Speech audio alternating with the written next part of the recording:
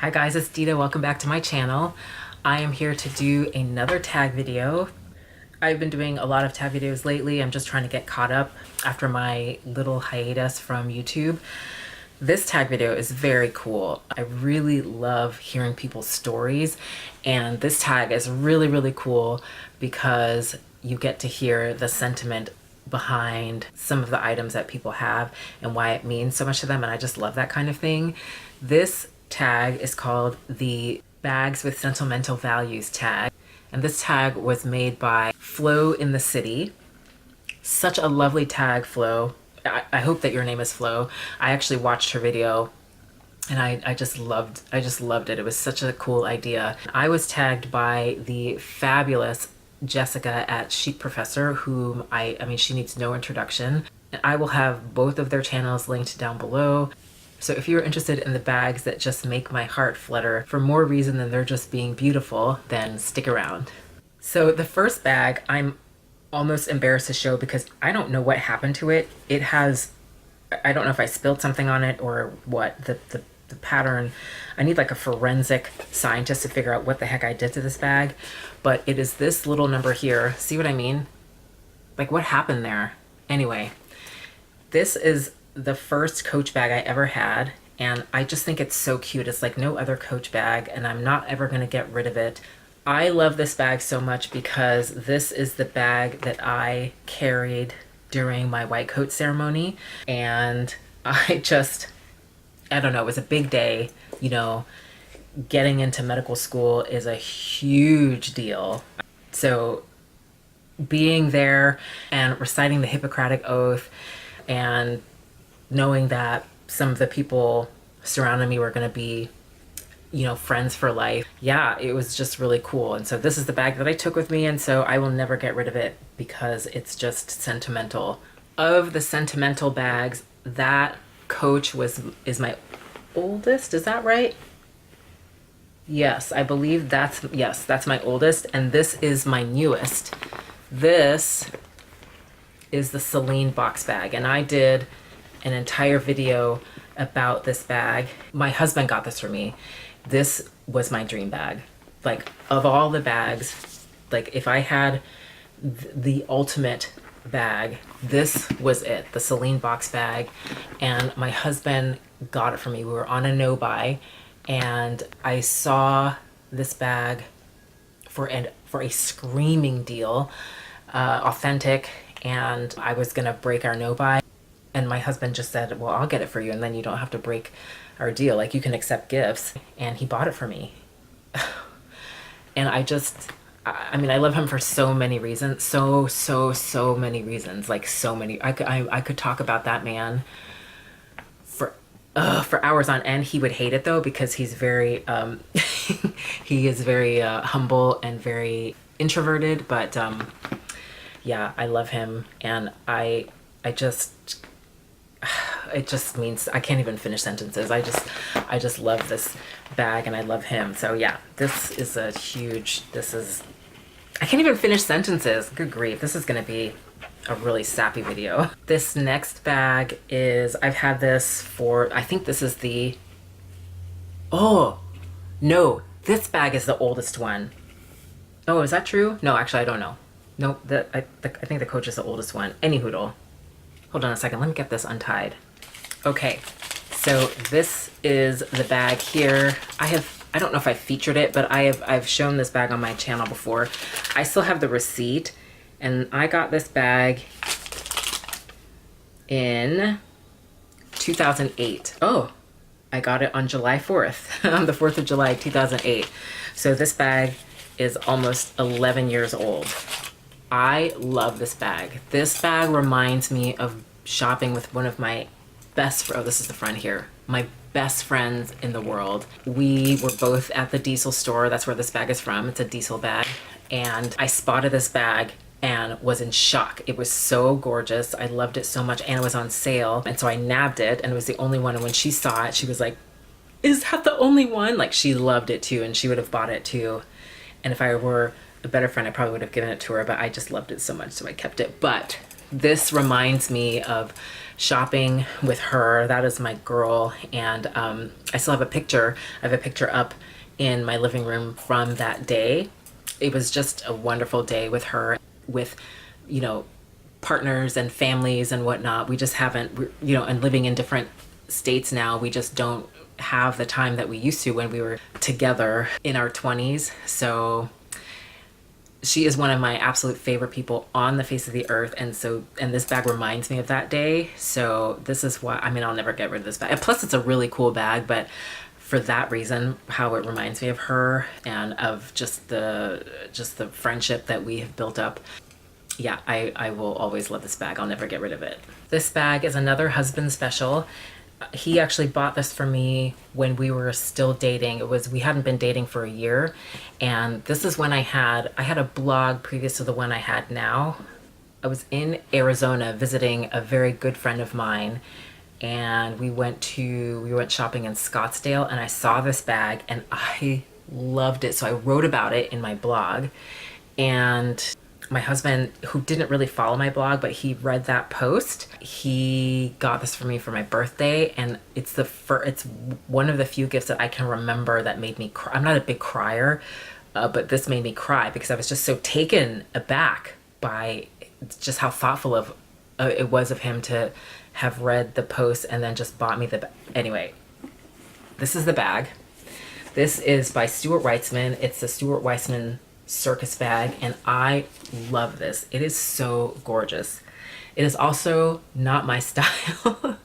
It's a top handle bag, and I'm not a top handle girl. I like to be able to sling things crossbody, and even if this had a crossbody strap, it would just be entirely too big. I mean, it's a really big bag, but I still do whip this out on occasion because one, it's so gorgeous. Like that green is so gorgeous, and then it's got this animal print inside.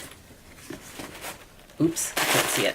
Okay, there we go. That animal print inside. It's just such a gorgeous bag. I will never be rid of this. I will always whip this out from time to time. I just think it's so stunning, and the fact that the hubster saw fit, you know, the boyfriend at the time saw fit to get this for me.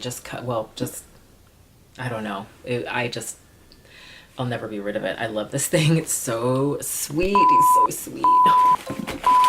Sometimes I wish I could, like, if I could make a bag out of him legally, I would totally do that. My phone. Okay, so the last bag involves a story, and I'll show the bag first and then I will tell the story. So this is the bag. Can you even, hold on a second. There you go. This is the bag. This is by Marc Jacobs. It's a quilted bag, and it's a top handle and very long, and it has this incredible pink inside. No straps, just top handle. If this didn't have a story behind it, I would have gotten rid of it, but I will never get rid of this. I actually love the bag. I think it's beautiful, but it's not functional for me at all. Okay, so why is this bag sentimental? I was interviewing for residencies. I went to school on the East Coast, and I decided that it would be cool to take the Greyhound, which I'd never done before, cross country to an interview on the West Coast right before Christmas. I thought it would be an adventure, and so I did it. The first half of the trip was pretty uneventful, and then halfway across the country is where all hell broke loose. Our bus breaks. Before I talk about this, I initially, over Thanksgiving break, I was in New York, and my sister joined me there, and we were just out doing a little shopping, and I saw this bag in Barneys, and I loved it. I loved it so much, but I was a poor student at the time. I didn't have the money to splash out on this. I just couldn't justify spending the money on this bag, right? So then fast forward, I'm on the Greyhound trip, cross country, and the bus breaks down 50 miles outside of Fargo, okay? Mind you, this is during a time when the country was seeing record snowstorms, okay? So the bus breaks down 50 miles outside of Fargo. I, at this point, have met so many characters, just like so many characters, including somebody who sat next to me and insisted that I refer to him as the Freak Show. And I said, I am not comfortable calling you that. Do you have a given name? I was just like, I couldn't call him the Freak Show, but that's what he wanted to be called. Any hoodle. We had to wait for another bus to come save us. So this guy asked the bus driver, the Freak Show, asked the bus driver to let him off the bus. He gets off the bus, gets his bag from underneath the bus and brings it on board because he wants to entertain us, because he works in a circus. That's why he's known as the Freak Show. He has metal spikes poking out of his skull and in his nose and out of his chin, just various spikes poking out all over his face. And he proceeds out of his bag to pull out various bars and weights. And he takes the bars and he starts screwing them into the bars that are coming out of his face. He starts screwing them in, right?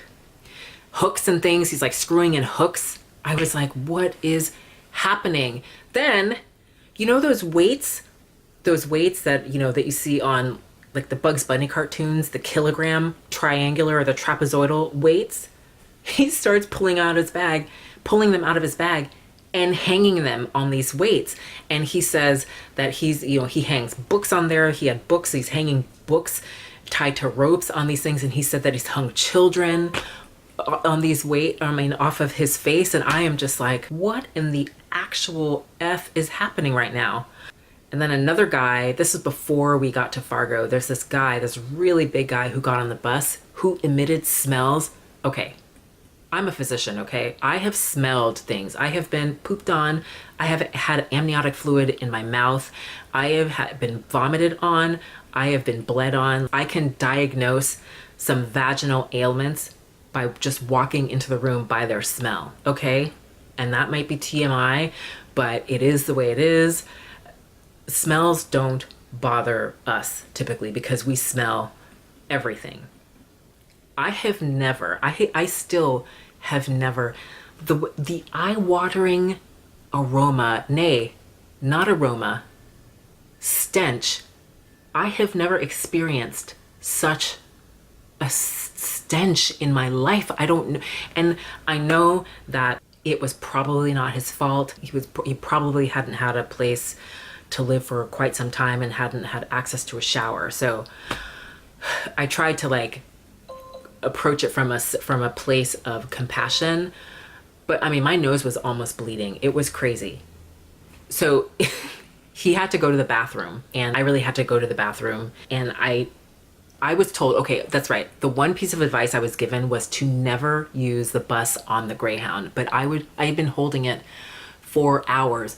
Oh, that's right, because during the drive, like 2 of the stops, the Greyhound like stations were closed, and so people were picking up people who had to wait outside because for whatever reason the buildings were closed, so I wasn't able to use the restroom.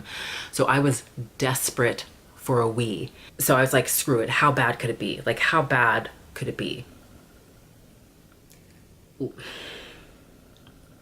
See, I'm salivating, like my mouth is watering because I remember the smell and the sight. I'm like, I need to spit.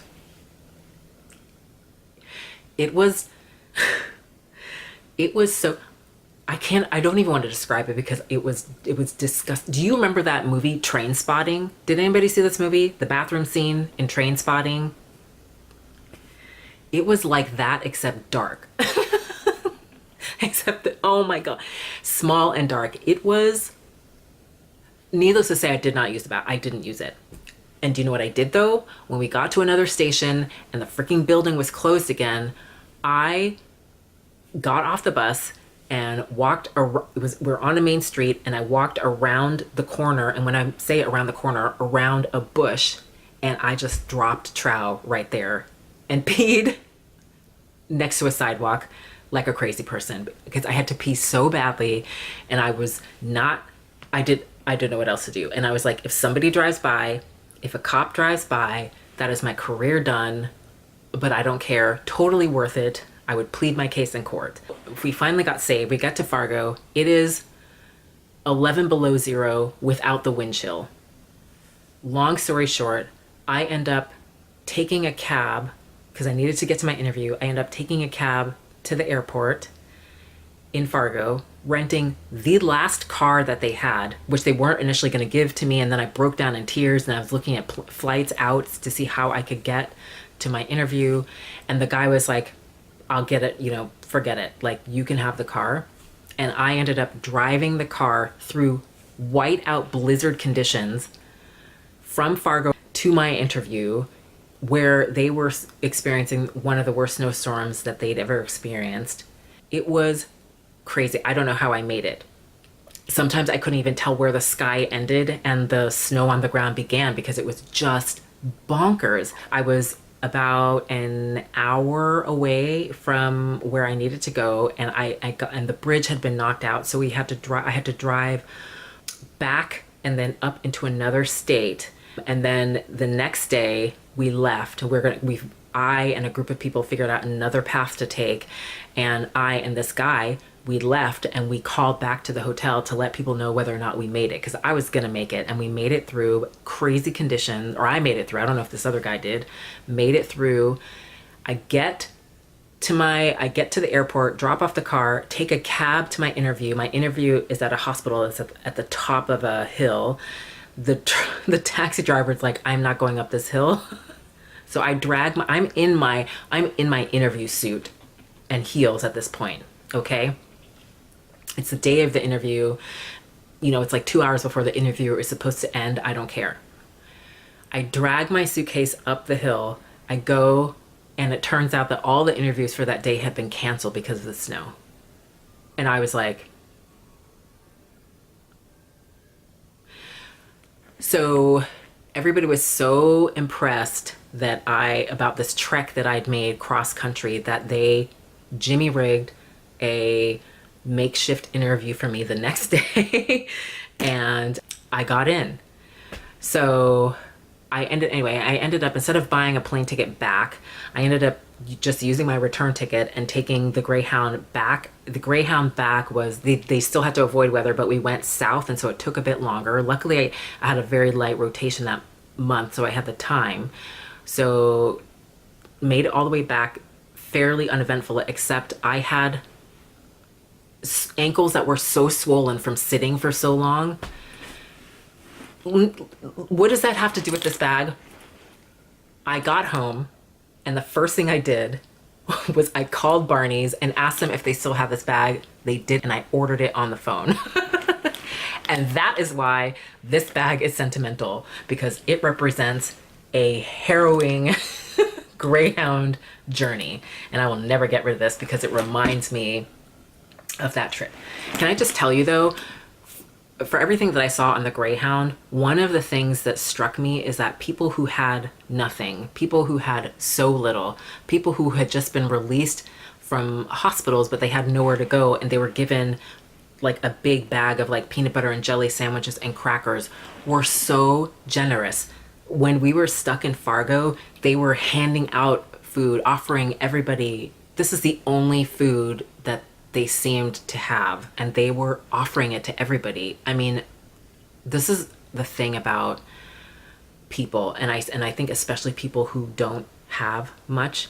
It's my experience that they are the most generous. And I, like, as much as I joke about how harrowing this trip was, even the freak show was lovely as they come.